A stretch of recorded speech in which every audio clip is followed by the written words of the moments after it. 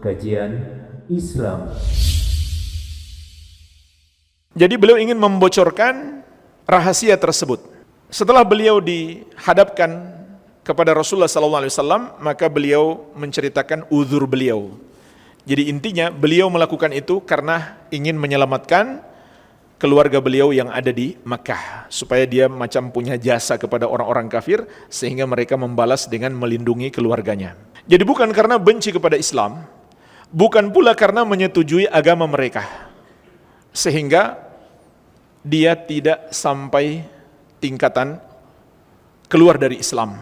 Rasulullah SAW tidak mengkafirkannya, tidak pula memberi hukuman sebagai orang murtad kepadanya. Oleh karena itu, makna ayat ini, siapa yang menjadikan mereka sebagai wali, dia bagian dari mereka. Ada dua tingkatan seperti yang telah kita sebutkan tadi. Ada yang sampai tingkatan kufur, dan ada yang dosa besar. Dosa besar namun tidak sampai tingkat kekufuran. Dan Allah ingatkan di akhir ayat, innallaha la yahdil qaumadz zalimin, sesungguhnya Allah tidak akan memberikan hidayah kepada orang-orang yang zalim tersebut. Baik. Jemaah sekalian, sebagai penutup, saya sebutkan dalil tentang bahayanya menyelisihi kesepakatan ulama. Di antaranya surat An-Nisa ayat ke-115. Allah Subhanahu wa taala berfirman, "Wa may yushaqiqir rasula min ba'di ma tabayyana lahul huda wa yattabi' ghayra sabilil mu'minin nuwallihi ma tawalla wa nuslihi jahannama wa sa'at masira." Barang siapa yang menentang Rasul setelah jelas kebenaran baginya, dan dia mengikuti selain jalannya orang-orang yang beriman, maka kami palingkan dia kepada jalan kesesatan yang telah dia pilih tersebut, dan kami akan masukkan dia ke neraka jahanam, dan itulah seburuk-buruk tempat kembali. Syekh As-Sa'di rahimahullah dalam tafsir beliau mengatakan, wa qad istadalla bihadhihi al-ayah al-karimah wa qad istudilla bihadhihi al-ayah al-karimah ala anna ijma'a hadhihi al-ummah hujjatun wa annaha ma'sumatun minal khata'. Dan ayat ini bisa menjadi dalil bahwa ijma' umat ini adalah hujjah, dan bahwasanya dia terjaga dari kesalahan. Jadi kalau ulama sudah sepakat, itu sudah pasti benar, enggak mungkin salah lagi. Dan ini juga berdasarkan hadis Nabi SAW yang tegas. Kata beliau, innallaha la yajma'u ummati ala dhalalah, sesungguhnya Allah tidak akan mempersatukan umatku di atas kesesatan. Jadi kalau ulama sudah sepakat, enggak mungkin salah, sudah pasti benar. Enggak mungkin semua ulama salah. Sehingga kalau ulama sudah sepakat, maka itu sudah pasti benar. Tapi kalau ulama masih beda pendapat, masih ada dua kemungkinan.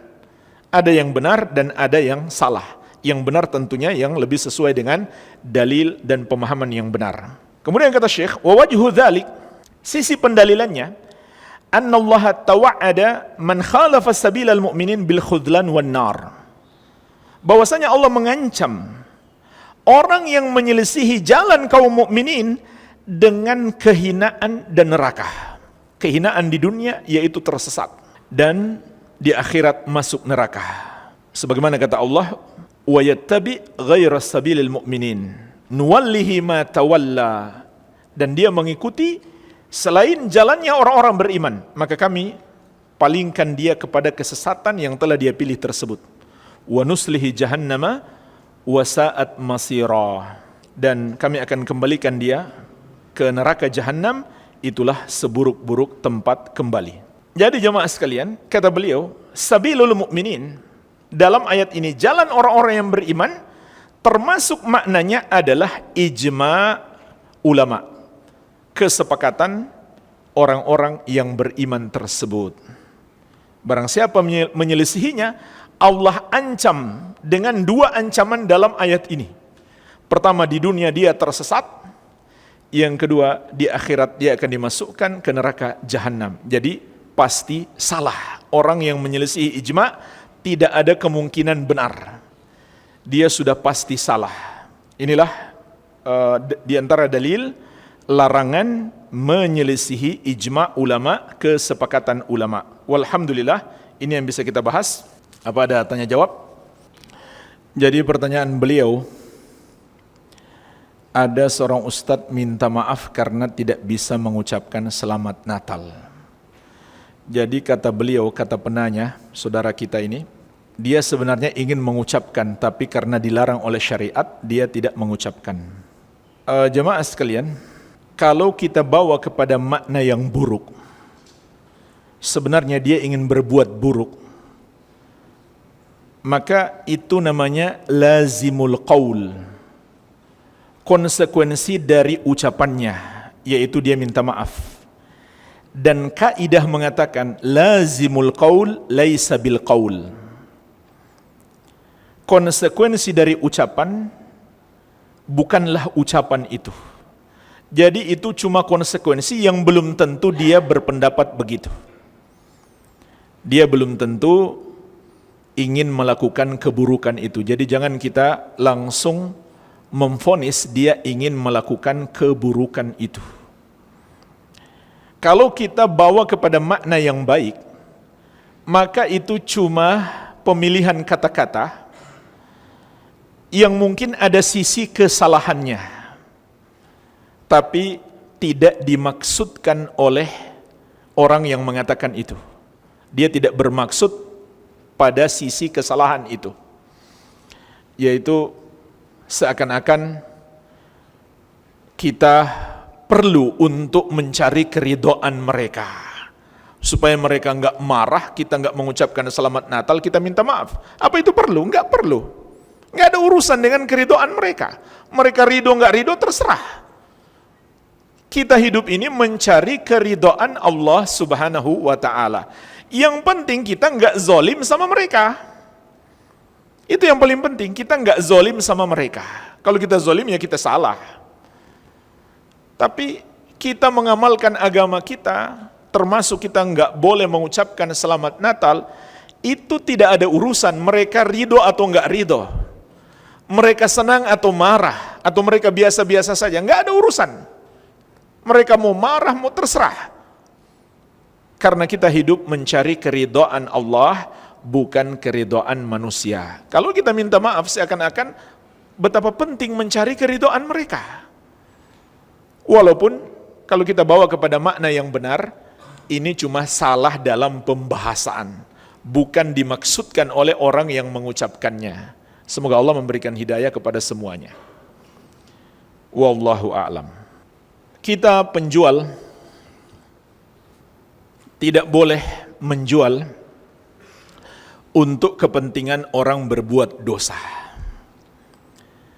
Apalagi dosa itu bukan sembarang dosa. Dosa yang membatalkan keislaman. Karena Allah mengatakan wala ta'awanu 'alal itsmi wal 'udwan, jangan kamu tolong-menolong dalam dosa dan permusuhan. Walaupun barang itu sebenarnya barang yang bersifat umum, bisa jadi digunakan berbuat dosa, bisa jadi digunakan untuk hal yang mubah. Tapi kalau kita sudah tahu dia membeli dengan tujuan itu, apalagi dia jelas-jelas ngomong kepada kita, maka nggak boleh kita bantu. Sama kalau kita sedang jual pisau, jamaah sekalian, tiba-tiba ada orang datang, tolong beli satu, saya mau bunuh orang sana. Kita kasih tidak? Berdosa kita kalau kita jual kepada dia. Kita ikut membantu dia, menolong dia dalam membunuh orang yang tidak sepatutnya dibunuh. Sama dengan ini lebih besar lagi dosanya. Membantu dalam dosa kekufuran dan kesyirikan.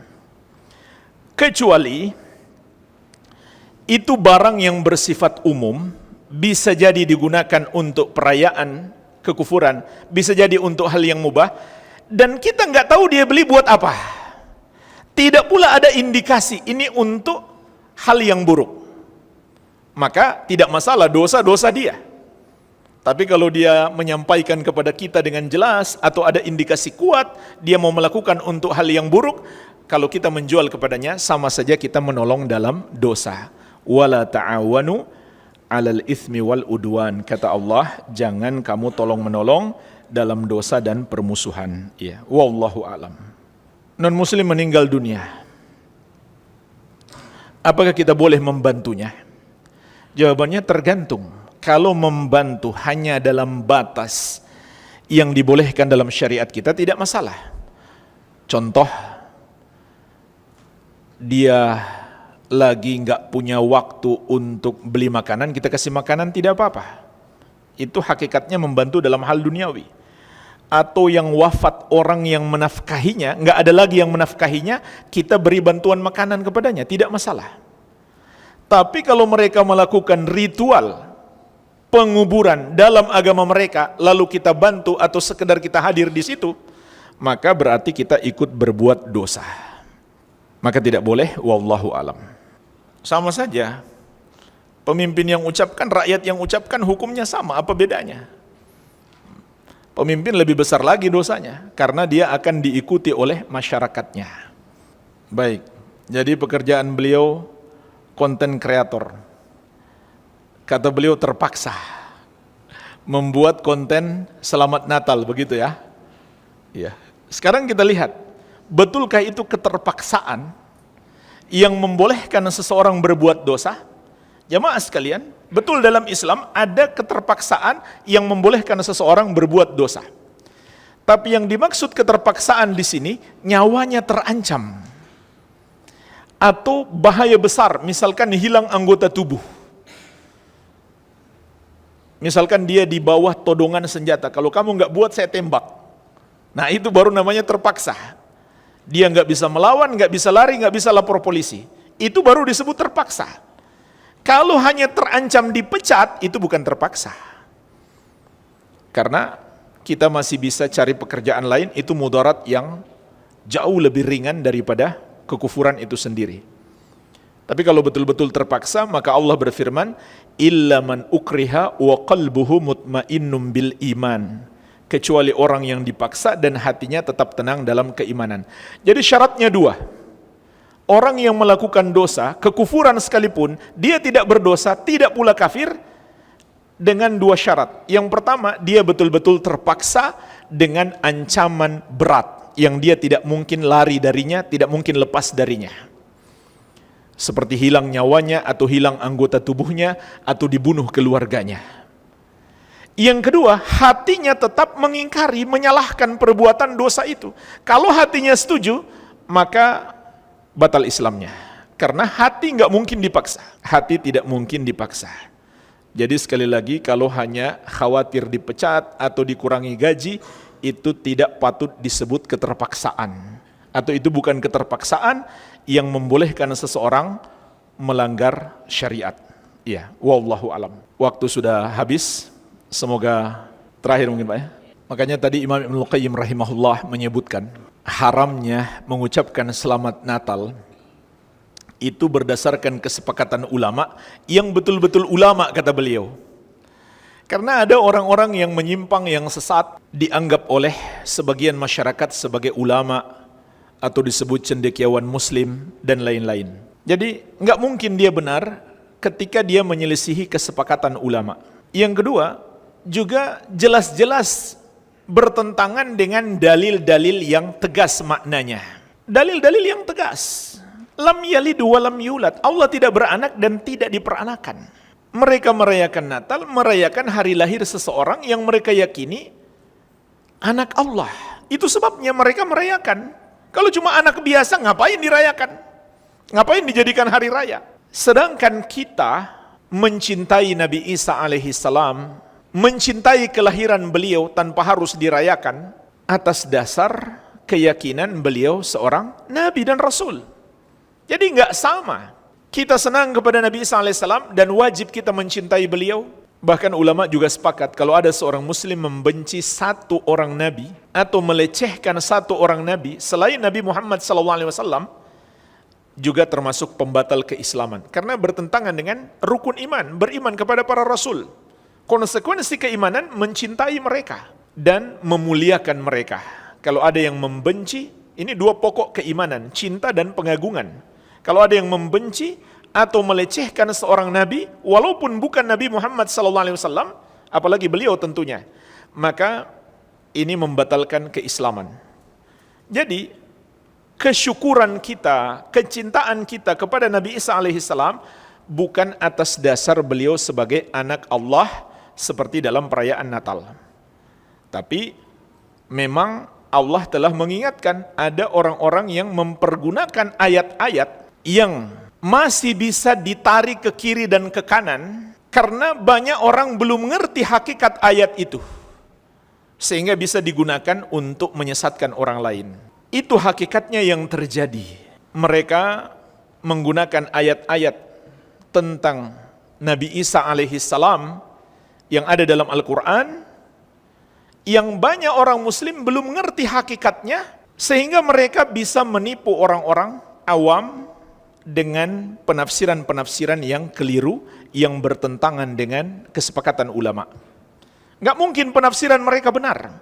Walaupun dia punya ayat, punya hadis, nggak mungkin penafsirannya benar ketika bertentangan dengan kesepakatan ulama. Dia pasti salah. Sebagaimana telah kita jelaskan tadi. Dan ini Allah sudah ingatkan. فَأَمَّا الَّذِينَ فِي قُلُوبِهِمْ زَيْغٌ فَيَتَّبِعُونَ مَا تَشَابَهَ مِنْهُمُ ابْتِغَاءَ الْفِتْنَةِ وَابْتِغَاءَ تَأْوِيلِهِ. Adapun orang-orang yang di hati mereka ada penyakit kesesatan, maka mereka akan mencari dalil-dalil yang mutasyabih, dalil-dalil yang belum jelas bagi kebanyakan orang. Untuk apa mereka mencari dalil-dalil tersebut? Ibtigha'al fitnah, untuk menyesatkan, wabtigha'a ta'wilih, dan untuk membuat penakwilan atau pemahaman tersendiri yang berbeda dengan pemahaman para ulama salaf atau kesepakatan ulama ahli sunnati wal jamaah.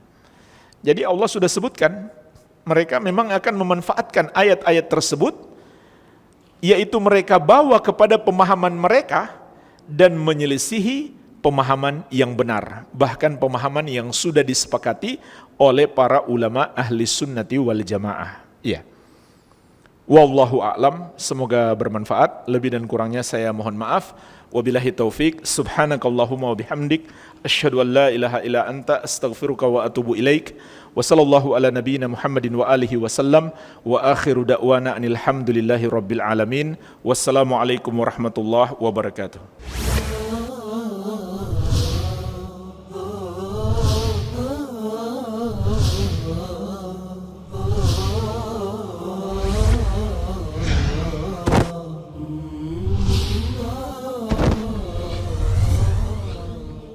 Kajian Islam.